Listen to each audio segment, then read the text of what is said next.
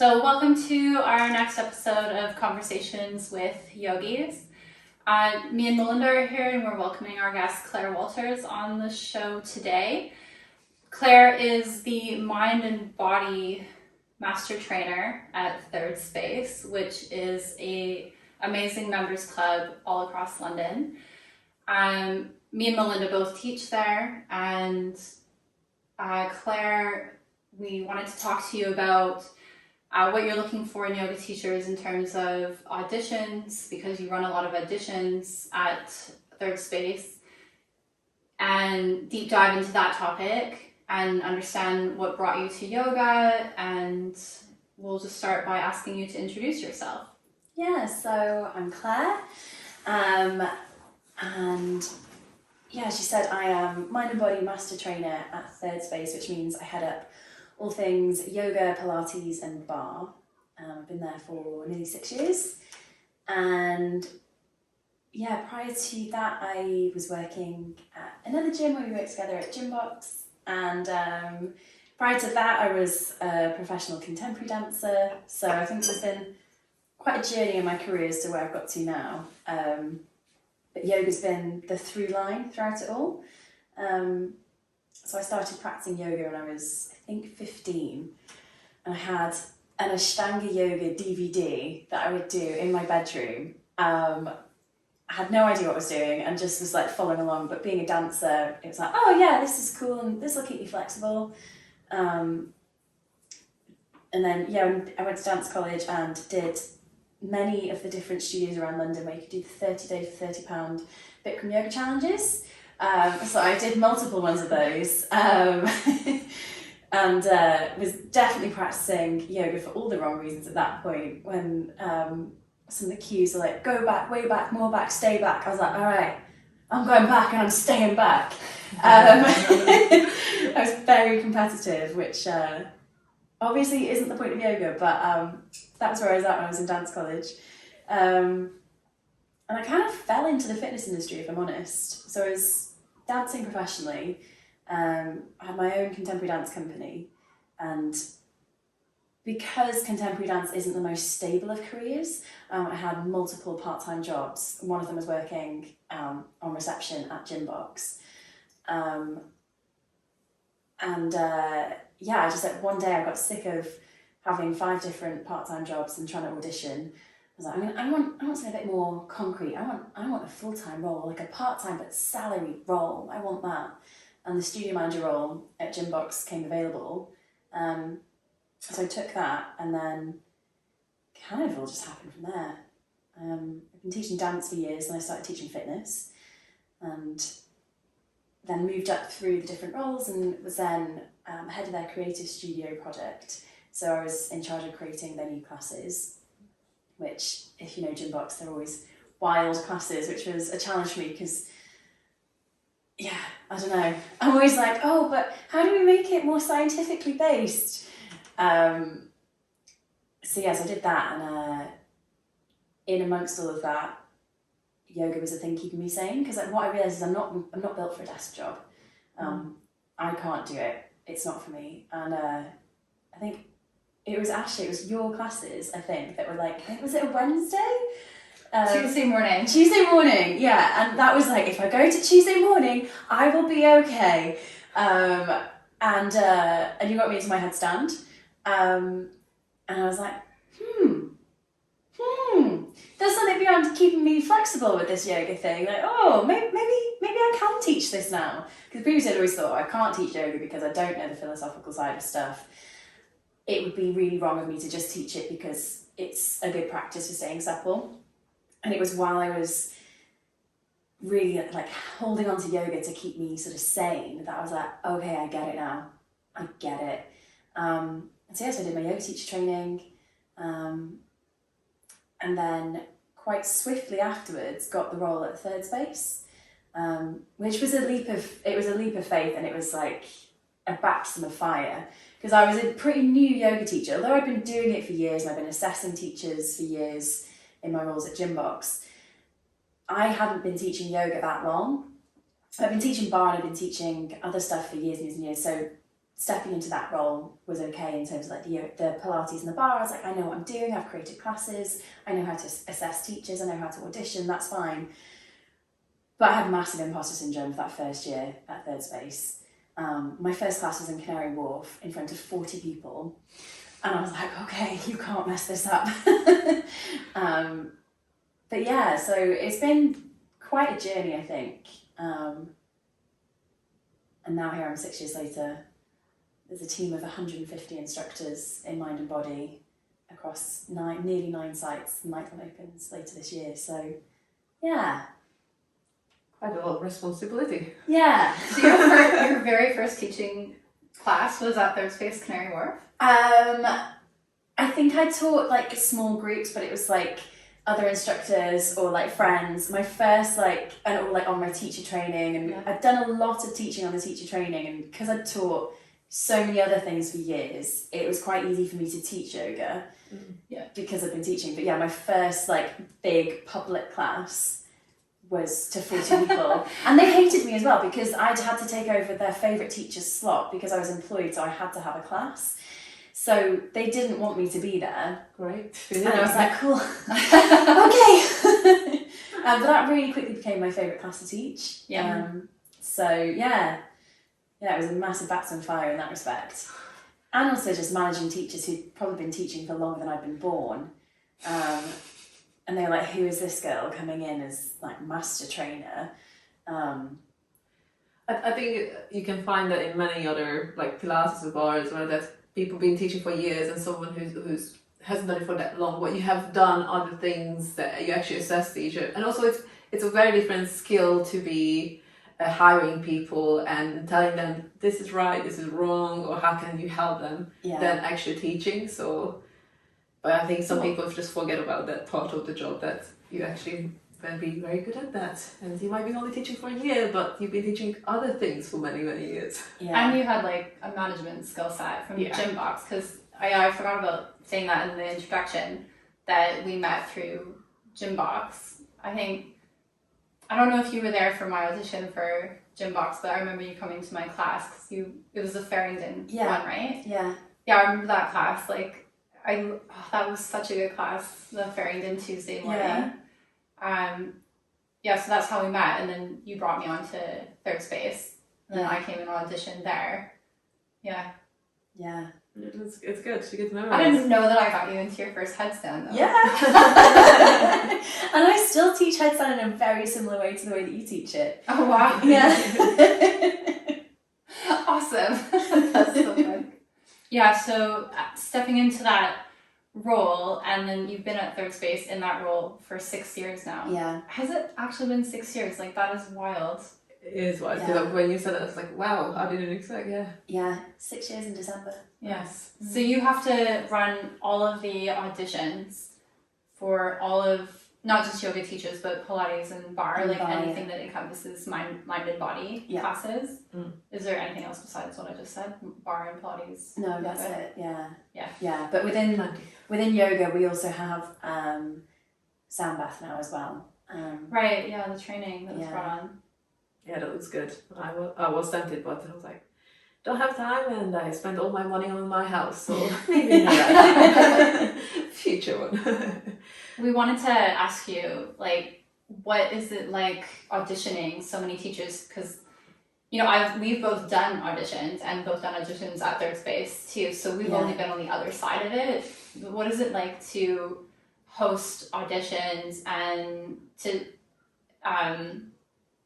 see so many teachers back to back? And we have a lot of teachers that listen to our podcast too, and people have asked us, like, how do we prepare for auditions? Like, what do the managers want to see? How do you stand out? Yeah, so I know different people run them in lots of different ways. I think because I was running auditions at Gym Box for a year or two, so I think I've been running auditions for 7 or 8 years maybe at this point. And what I've learned during that time is you don't want to make it feel like you're auditioning for X Factor or something like that. You want it to be a comfortable experience. You want to create an environment where people can shine. You want to see the best out of those people. we're really fortunate in yoga, particularly at Third Space, where there are so many yoga teachers who want to teach for us. So we're always inundated with applications. We run our applications on an online portal. So with that, my first recommendation is to make your CV one page and make it really clear as to who you've trained with and where you teach and what styles of yoga you teach, because that's the main things I'm looking for, because you want to know where else they're teaching in London. There's a certain understanding that if you teach at lots of the yoga studios that you're a good teacher, because especially if they're ones where they use ClassPass, you know, people get reviewed on ClassPass all the time, so studios aren't going to keep teachers on who are getting bad ratings. And then with the trainings, that gives me an understanding as to, you know, have you just done a fitness yoga qualification, or have you trained with the yoga people? Have you gone to India? Have you done yin with Paul Gridley or Sarah Powers? You know, looking at who you've trained with gives me a bit of an understanding as to your lineage or what style you might teach. And to just see what styles of yoga people teach as well is really helpful, because sometimes, I think Melinda, you were in this category and we were looking for rocket teachers. We were specifically looking for rocket and yin, because at Third Space we require that you have specific qualifications for those two styles. Some people will say, oh, I did yin in my 200 hour, but yin is its own thing. So we want people who've done like a 50 hour in yin. So if I can see, oh great, they're trained in all the things that we teach at Third Space, that's really helpful. And then, so for me, it's quite, the hardest part for me is I get hundreds of applications, then having to go through and sort of narrow down who are the people that either I know already who are teaching around London, whose classes I might have been to, or who are friends of friends. And then looking at who else has got a really great CV. And as a result, we usually run a couple of auditions, because there's usually too many people to get in one go. I typically try and invite 12 people to an audition as a maximum, because I want to give people a decent amount of time to teach so that they can kind of settle past the nerves and showcase their personality and their teaching style. So by the time you've got to audition, for me, I already know that you're likely to be a good teacher based on the fact you've done a certain amount of trainings with training schools that we know are good, you teach at other studios that have a reputation for having great yoga classes, or they're a friend of one of our teachers and they've given you a personal recommendation. So I already expect people who are in that room are going to be pretty good.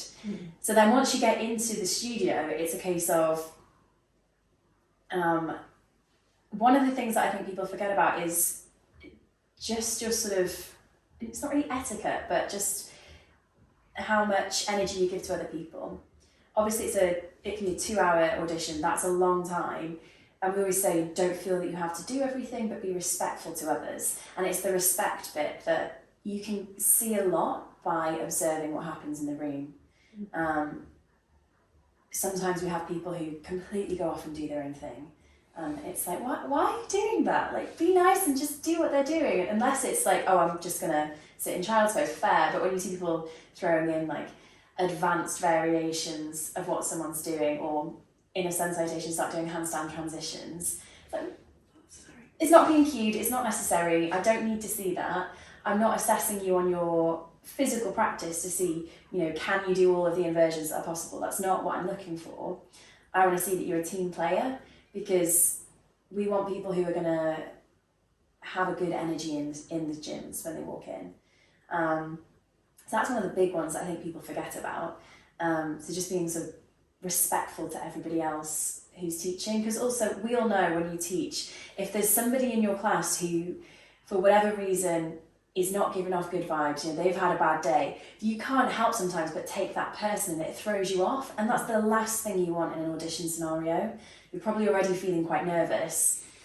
You don't want then to have a teacher in the room giving you that energy. So that's a really big one. And then in terms of what you teach, teach what you'd normally teach. Teach your style of yoga. We always ask for a dynamic practice, so we don't want to see people teaching yin, because it's a lot easier to teach yin in some respects than it is to teach a vinyasa practice. So we ask for dynamic practices past sensitations, because also I hope that you can teach a sensitation well at this point. And then I don't mind what you teach, whether you teach a hatha flow or a rocket flow or vinyasa. I just want to see that you can cue clearly and effectively, that you've got an understanding of the anatomy and what safe alignment cueing is. But with that, it's also understanding that everybody is unique, so there isn't one cue that fits all. And then beyond that, bring in some context, so something beyond the physical. I know that yoga and gym sometimes gets a bit of a bad rap of, oh, you can't teach any philosophy, you can only keep it really strictly like athletic yoga. But we try and make sure that yoga is taught in its entirety at third space. So you do bring in the philosophy. And what that means is dependent on the teacher. So whether you come from more of a mindfulness-based practice and that's what you want to bring in, or if you're talking about the kleshas, I don't mind, but bring in something beyond just the asana. And then having personality, because sometimes people fall into that yoga voice and just get into this intonation, and they could be teaching really great flows with perfect anatomy knowledge and all of the context, but if it's just the same monotonous rhythm, you just switch off from it. So somebody who's got personality, who people are going to remember. Our members are really vocal with feedback. Yeah. And it's always the people with personality that they write in about. It's always the people that are funny, although I'm not very comical, so I know that my jokes are like dad jokes, so they're not going to be like, oh, Claire's hilarious. But you want someone who just brings something of themselves to the practice. So yeah, that's what I look for. People being respectful, teaching and cueing effectively with options offered, an interesting flow, and then bring in philosophy. Yeah. And having personality. It is quite clear. I mean, I think that's the hardest part in auditions, because you don't know what they're looking for, so you're just so stressed about it. And when I went to third space, because that was my most recent, I remember that you started like, I know you can teach it, you teach consultations, I know you all teachers, I went through your CVs and stuff, so just be yourself and just do what you do in classes. And it's like, okay, and then the stress went off me and I just felt much more comfortable. And then usually I'm really, because I'm a very nervous and anxious person, so that helped me a lot, because you were clear on what you want to see. And I was like, that's good, because then I know what to expect and I'm not going to overthink it. And then most of the places, they're like, okay, you have 2 minutes to show everything you know. Great, I don't think I can do that. So I think it's quite nice, and it's a very good way of giving teachers a chance to actually audition and show themselves, not just scare them away. Because that happens. Yeah, your nerves get the best of you, and then you get in your head and you forget your words and what you're teaching, when normally if you were teaching in class, you'd probably be more at ease with your students. Yeah. I don't really remember my audition.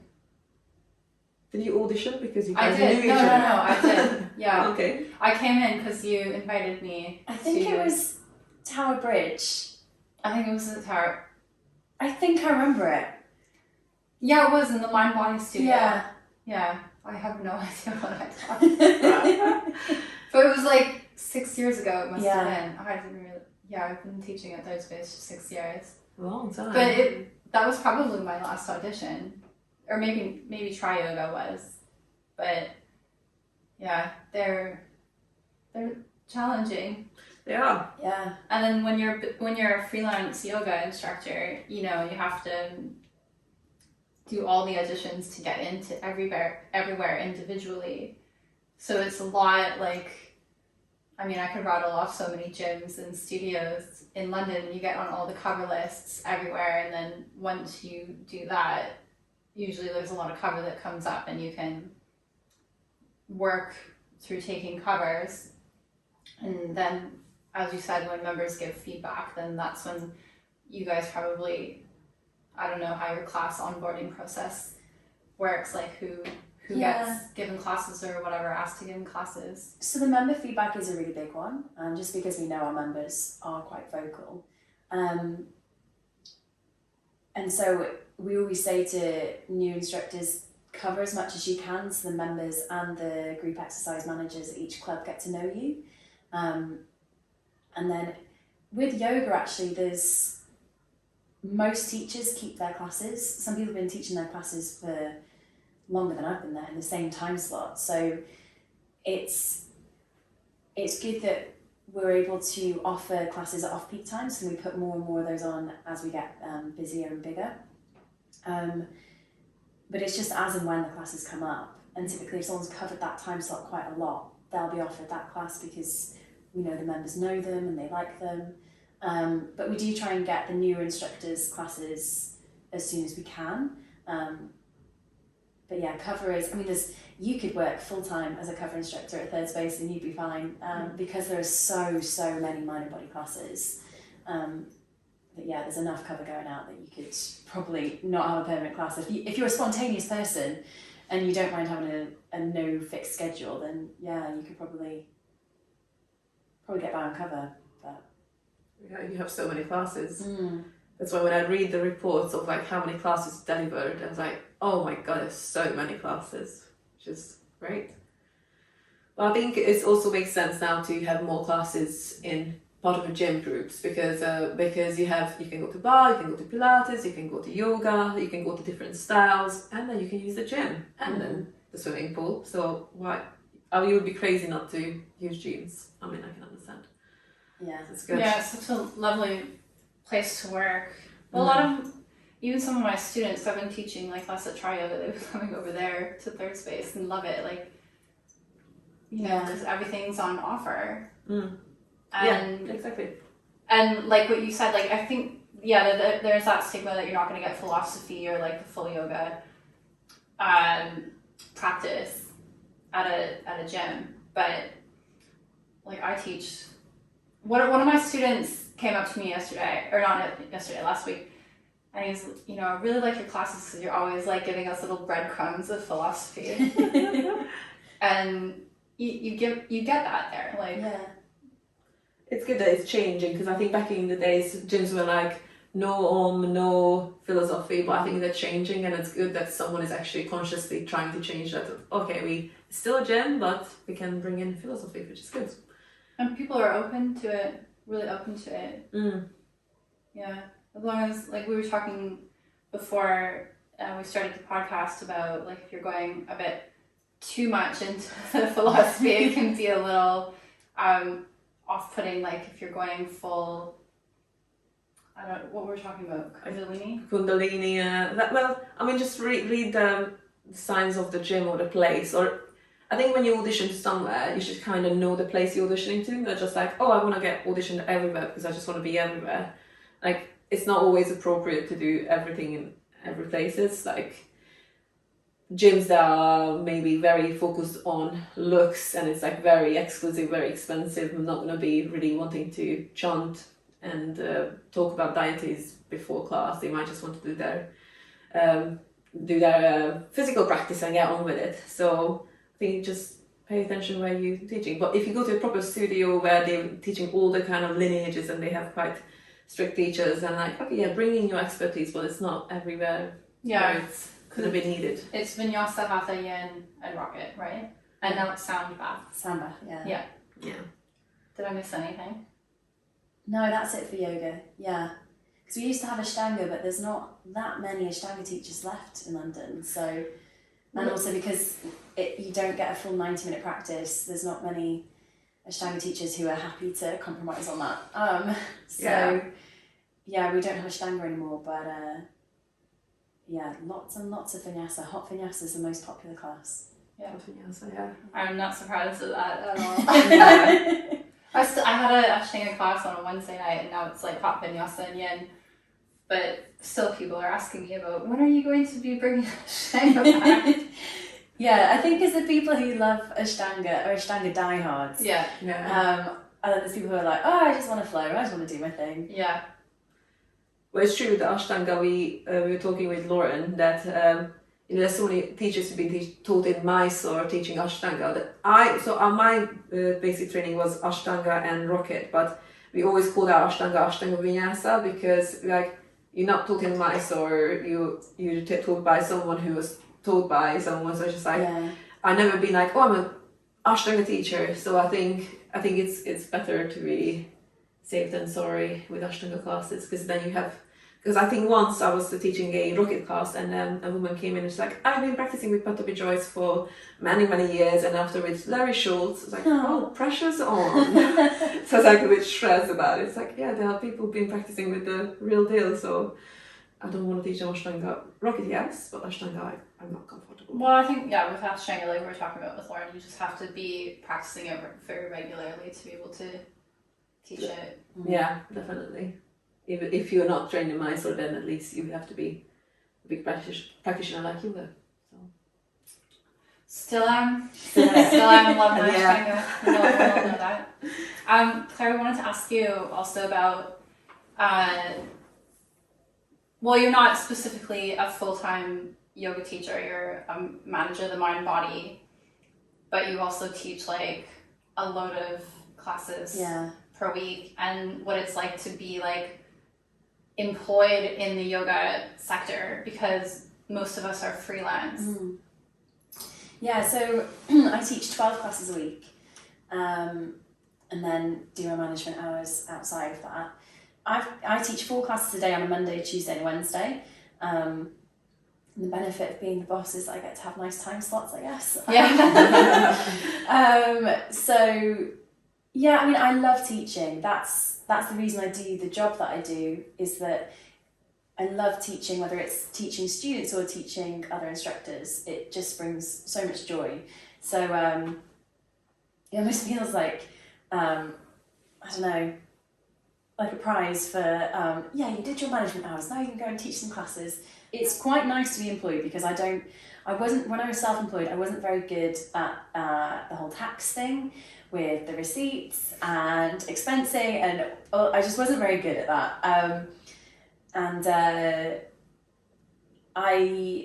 I like having routine. So knowing that, okay, these are my classes, I'm contracted, so I'm always going to have a certain amount of classes. I work quite well in that way. I know some of my friends who are freelance, they like the fact that they can change up their schedule, that, one week they might be teaching loads in East London, and the next week they might be teaching in North London because they're covering, and they like that. Whereas for me, I work well with structure and routine. I mean, the one thing is that I'm based at one location, and I'm based at one gym chain, so I'm not out in the industry. So I'm not teaching at Tri Yoga, I'm not at Indaba, I'm not at all the studios. So I am just seeing members. I'm not then getting to meet people out who aren't a member of Third Space.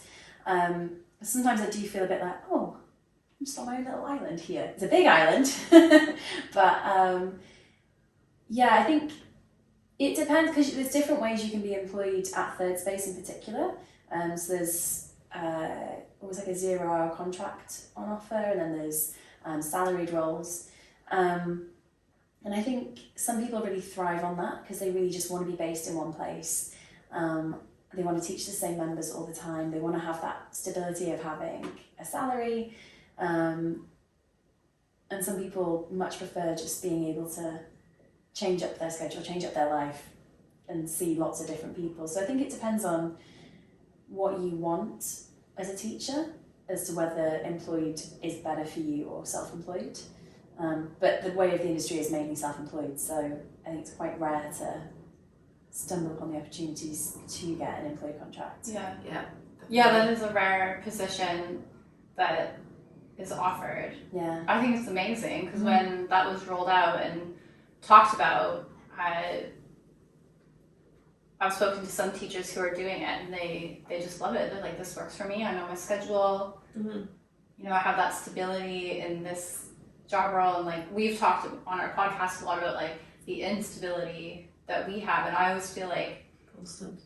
Third Space is kind of my rock there, even though I'm not an employee. Like, I've had some of my classes for 6 years there, and then we can go out and do all the other things and explore and cover if we want to other places. But it's nice that you can have a choice. Even to get one class at one studio somewhere else is so hard, and then that's just one class, and like obviously you can't live off of that.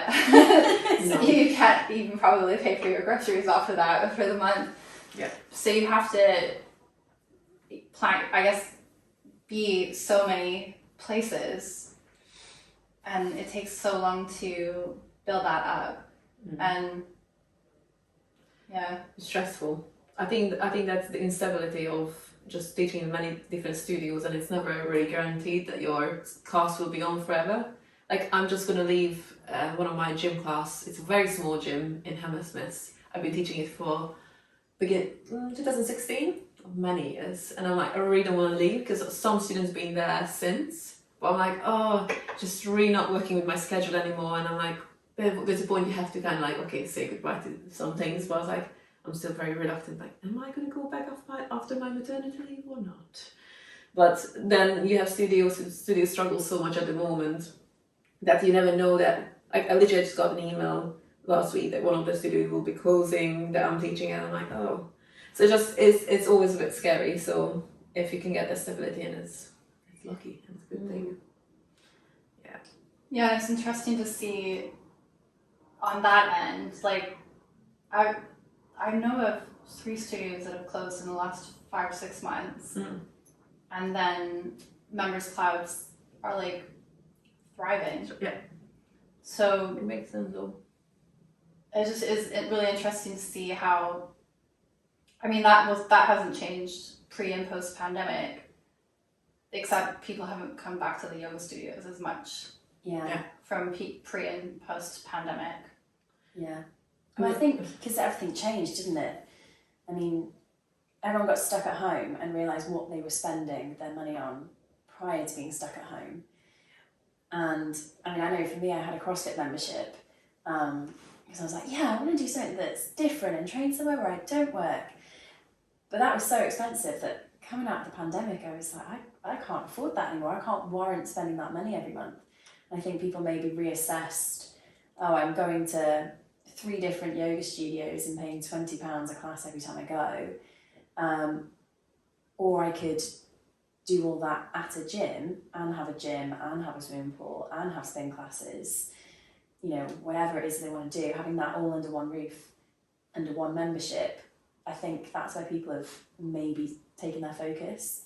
Yeah, it makes sense. And there's a strong sense of community there too. Mm. Like, people are really friends with each other, which I think is really important, especially living in London where a lot of people aren't from here, and so you need to have a strong network of places where you belong and people around you who are supportive outside of your work, if possible. Yeah. Isn't that what the name is? Yeah. Your space. Yeah, so your first space is your home, your second space is your work, and then your third space is the gym. Yeah, no, it's good. It makes sense. Yeah, I love that. Is there any other advice you offer to new yoga teachers who are like maybe just starting out? Like, does third space take people from a certain amount of experience do you need to have before you apply there? Or do you take newer people with less experience? Because you're talking about the CVs, like looking at where people work and stuff. Like, what? Because I have some mentees who have just done their yoga teacher training asking me about their yoga CV and what they should put on it. And I like dug mine out from 10 years ago. And I'm like, I don't even know if I have it on this current laptop, but I found it in my email. And I had put in all my volunteer experience and like my first aid certificate and stuff like that. Like, do you have any advice for that? Yeah, I mean, I think if you're just starting out, get as much teaching experience as you can under your belt. Whether that is volunteer things or even if it's just teaching friends.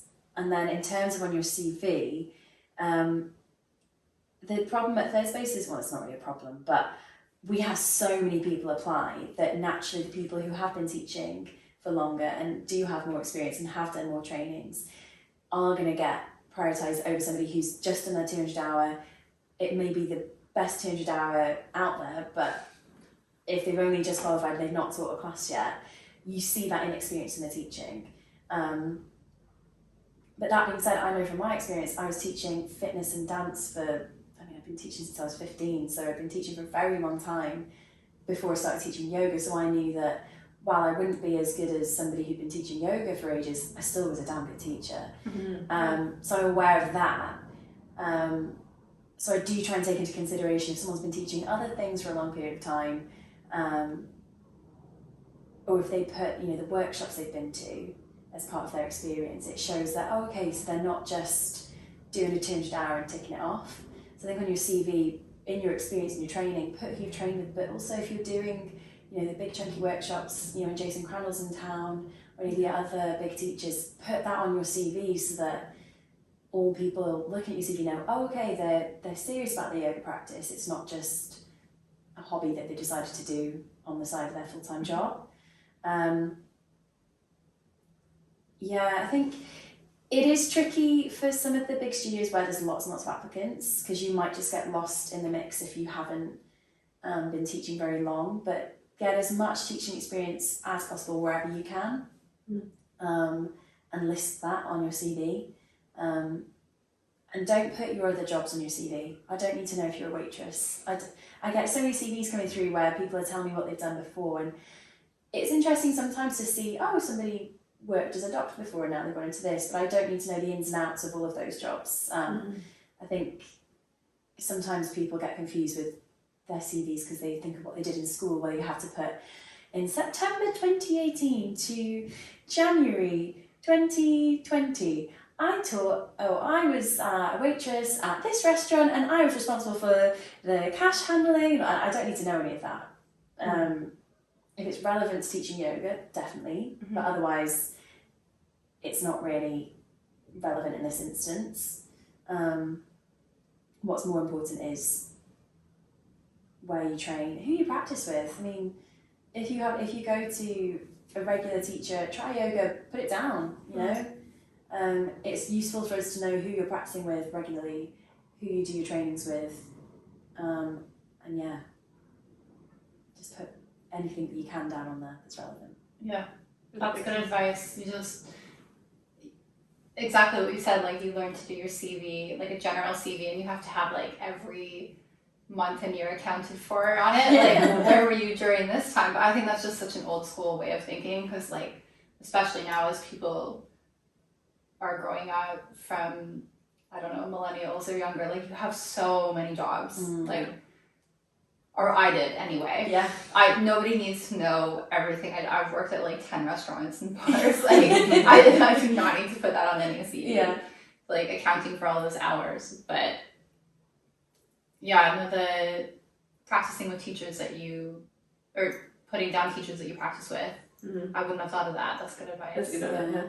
I used to put on who I covered for, because I had quite a...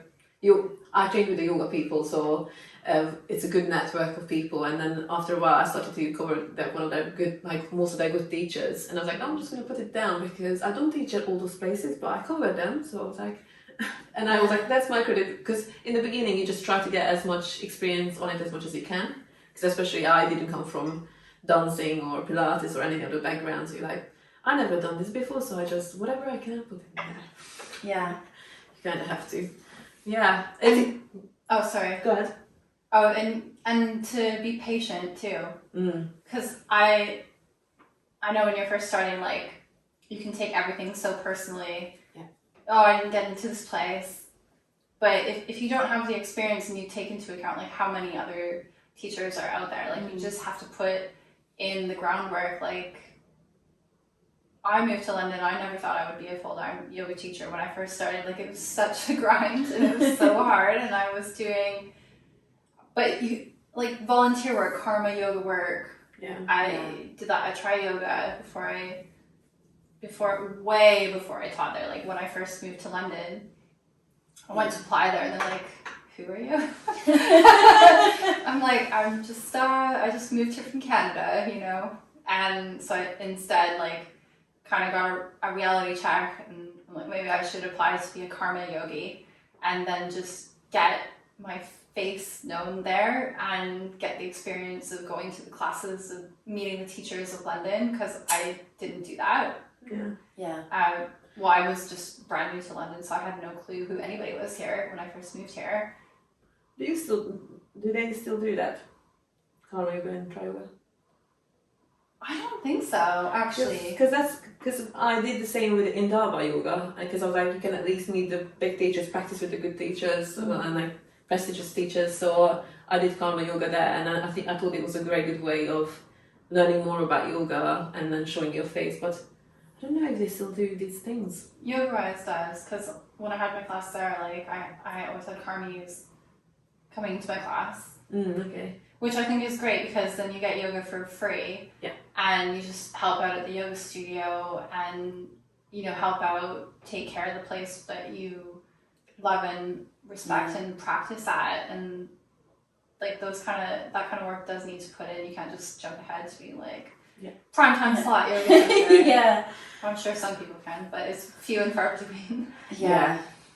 I mean, even when I was teaching fitness classes, I used to have the graveyard shifts, Monday morning and Friday night. And you just have to take the classes that you can at the beginning. And I think you can also, it depends on which way you go about it, because you can just take all the classes that you get offered, or you can be a bit more particular with it and teach at studios that you resonate with, where you like the members, where you like the environment. So I'd always, if you can, try and practice at the studio before you audition. Obviously at places like Third Space that's tricky because you have to have a membership, but even if you can go and see it, so that the first time you're seeing it isn't on your audition day, so you kind of know what the vibe is, or speak to somebody who's a member who already teaches there. And I think the more you can get to know other yoga teachers, the better, because then you know where are the good studios, who's going to look after you. Because unfortunately some studios are better with looking after their team than others. And you don't want to be working somewhere where you don't like it and you feel undervalued. You don't want to be working at those places. So if you can get a good recommendation from somewhere, then okay, I'm going to set my sights on working for this studio. I'm going to go and practice there.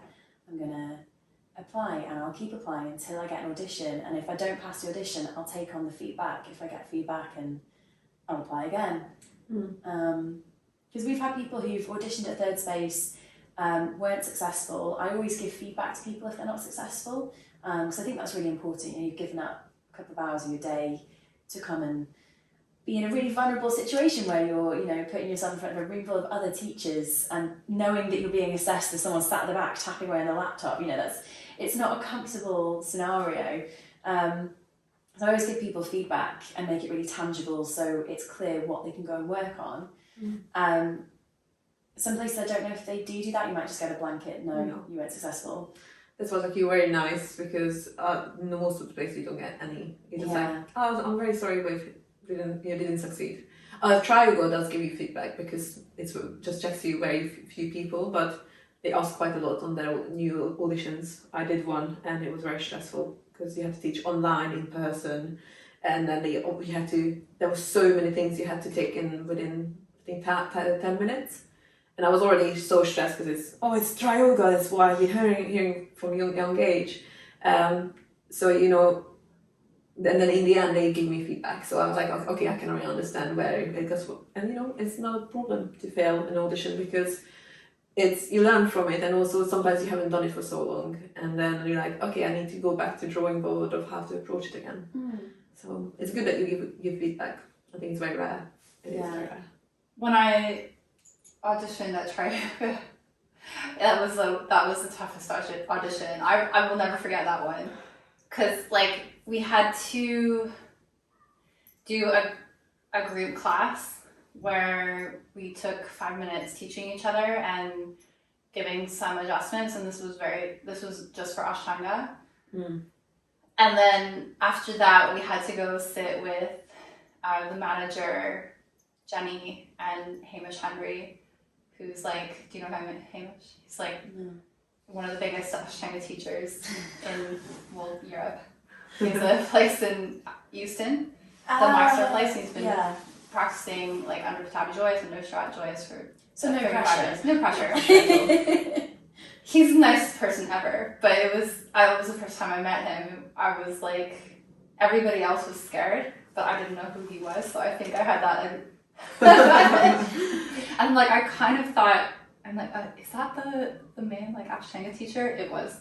So we had to go in and with them as individuals, and they asked us questions about yoga philosophy, and I got asked what the vagus nerve was and to list all the yamas and niyamas. And I forget what else. You know, why are you teaching yoga? Why do you want to teach yoga? Why do you want to teach yoga here? Like all of this kind of thing. Yeah. It was quite a full-on interview. And then after that, we got back into the group and we had to give adjustments to Hamish. I had to adjust him. We all had to adjust him in drop backs and Supta Karmasana. Great.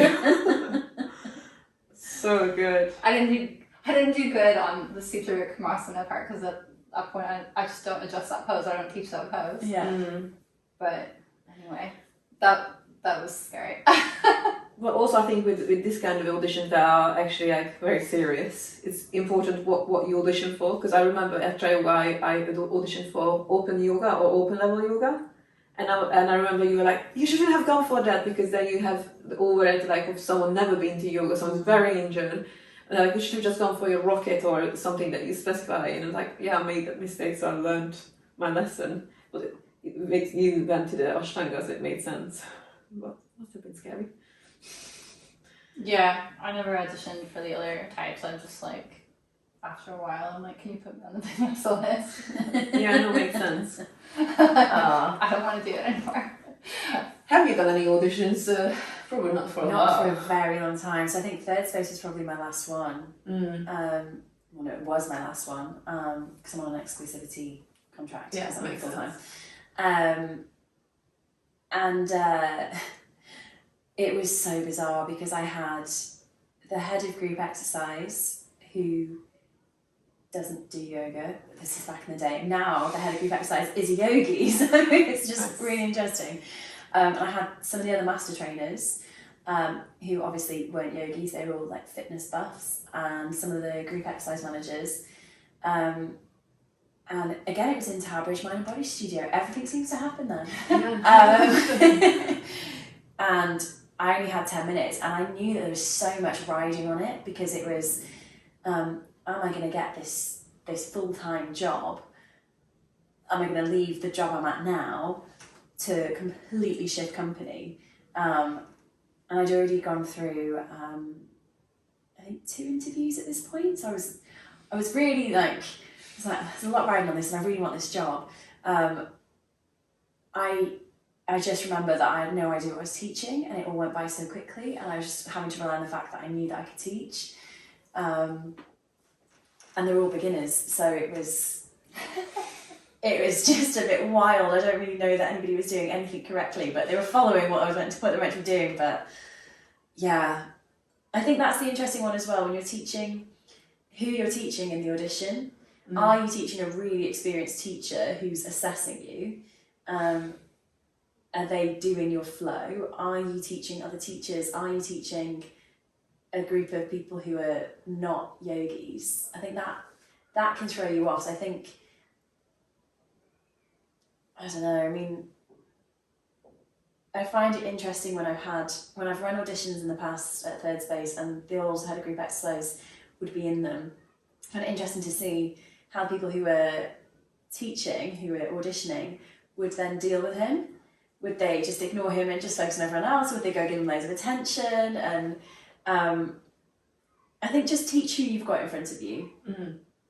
And don't be afraid to assist other yoga teachers as well. Yeah. Because you always think, oh, they're yoga teachers, I don't really want to assist because they're all going to be perfect and they know what they're doing. But I know that whenever I go to class, I love an assist. Like, I know there's certain postures where, I mean, revolve triangle, like, you can guarantee my revolve triangle is terrible. I'm hypermobile, my hips swing out everywhere, and I know that if I'm feeling a bit lazy, my bad habits start coming out. So come and assist me, come and put me into where I should be.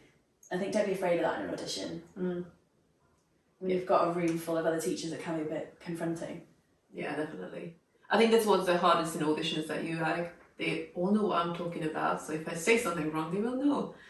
So it puts an extra pressure, but the more you do, it's easier it gets, but sometimes it is still nerve-wracking.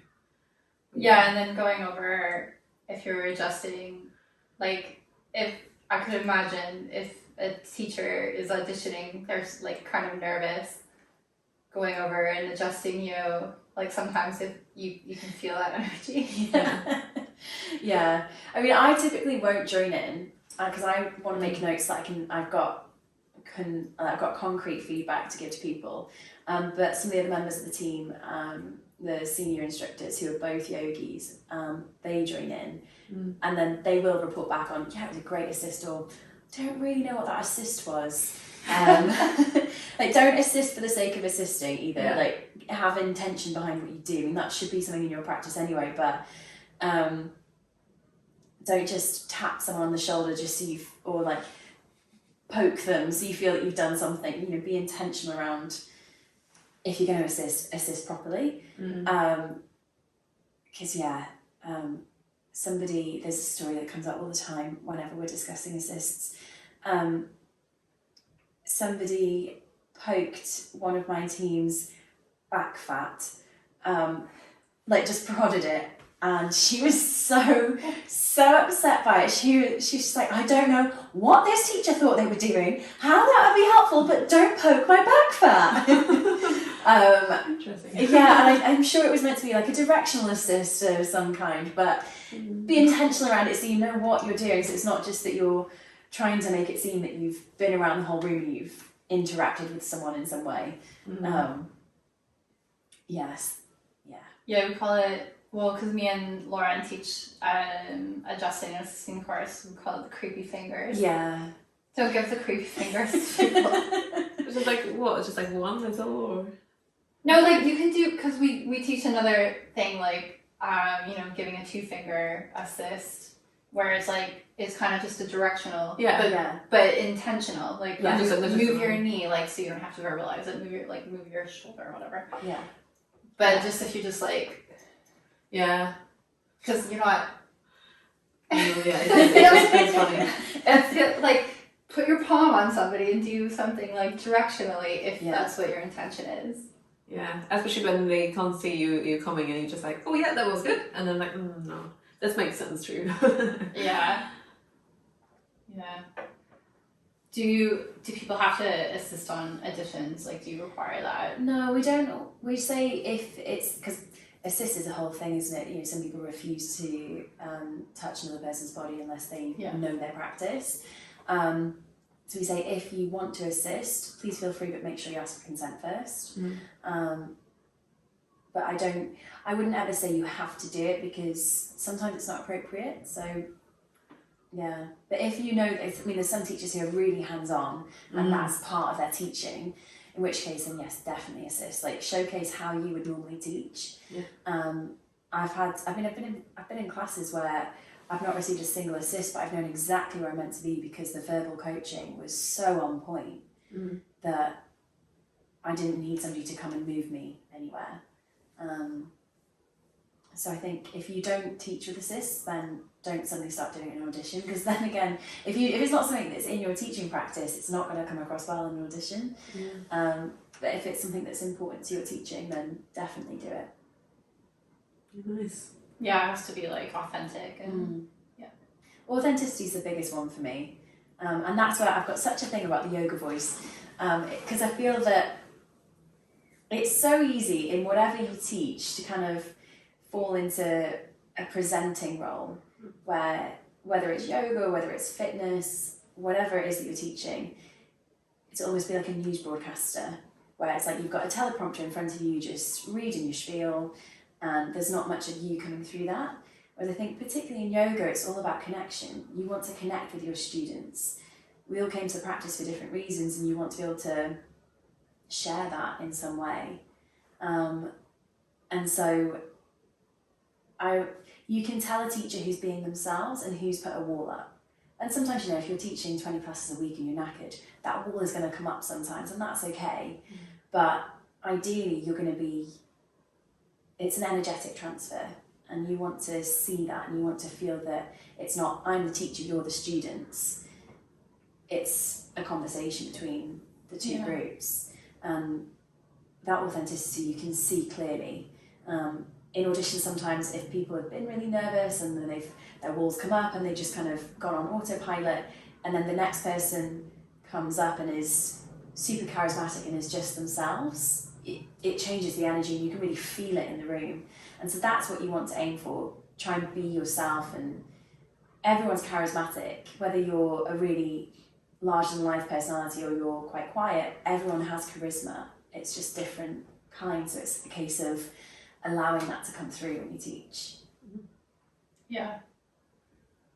I feel like that took experience for me to come through, because we were talking about this on another episode, you're just trying to get your students from A to D at the beginning, and like why I guess maybe it's important to wait to apply to places where you feel like you can truly, you know yourself as a teacher, you're more authentic in your voice, you have a style created somewhat, and not just, you know, I'm guilty of this too at the beginning, where you don't know yourself as a new teacher. Like nobody does. Like unless you have teaching experience already, coming in as a yoga teacher, you have to find your identity within that and find your voice. And you just chuck yourself in the deep end and like, I'm going to apply here with no experience, and it is obvious.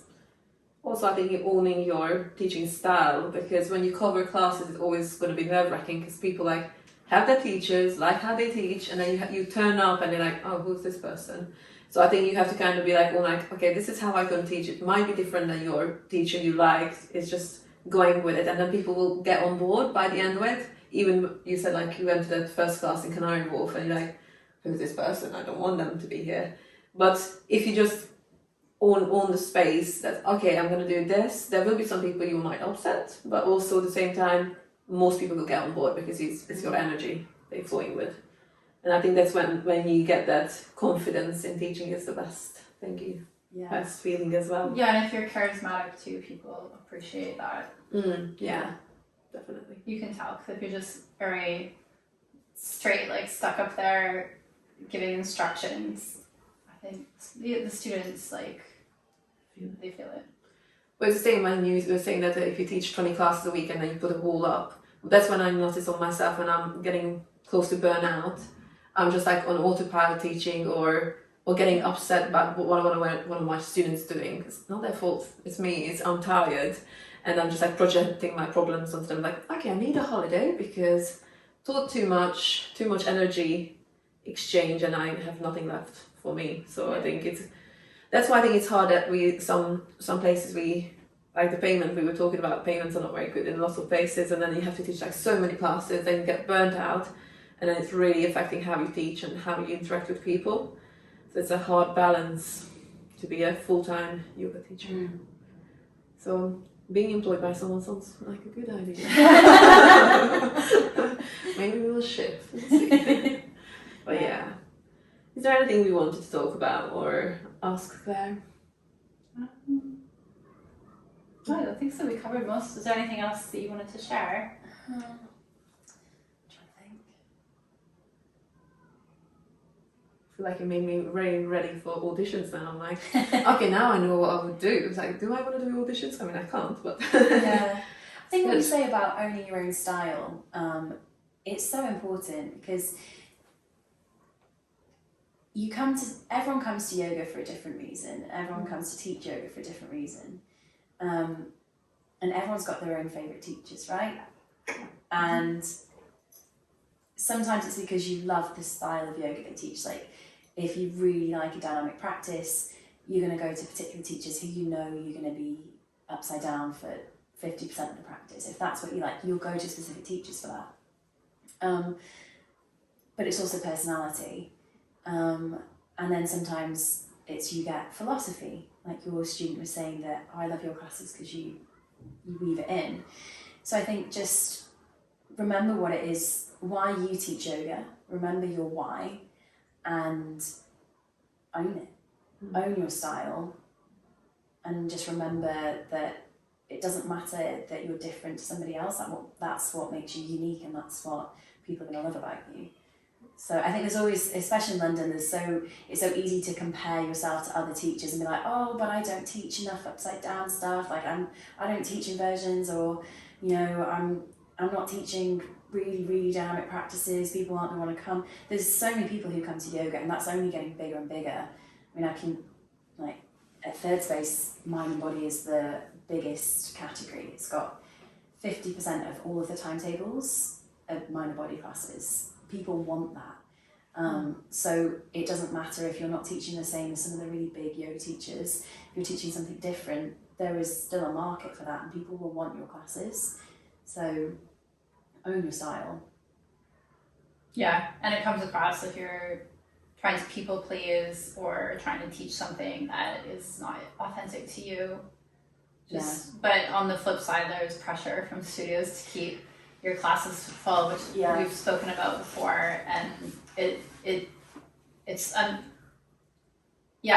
difficult situation to navigate your way through. But once you do fully come into your own voice and your way of teaching, you're going to attract your audience. Like, you just have to persevere, and you will.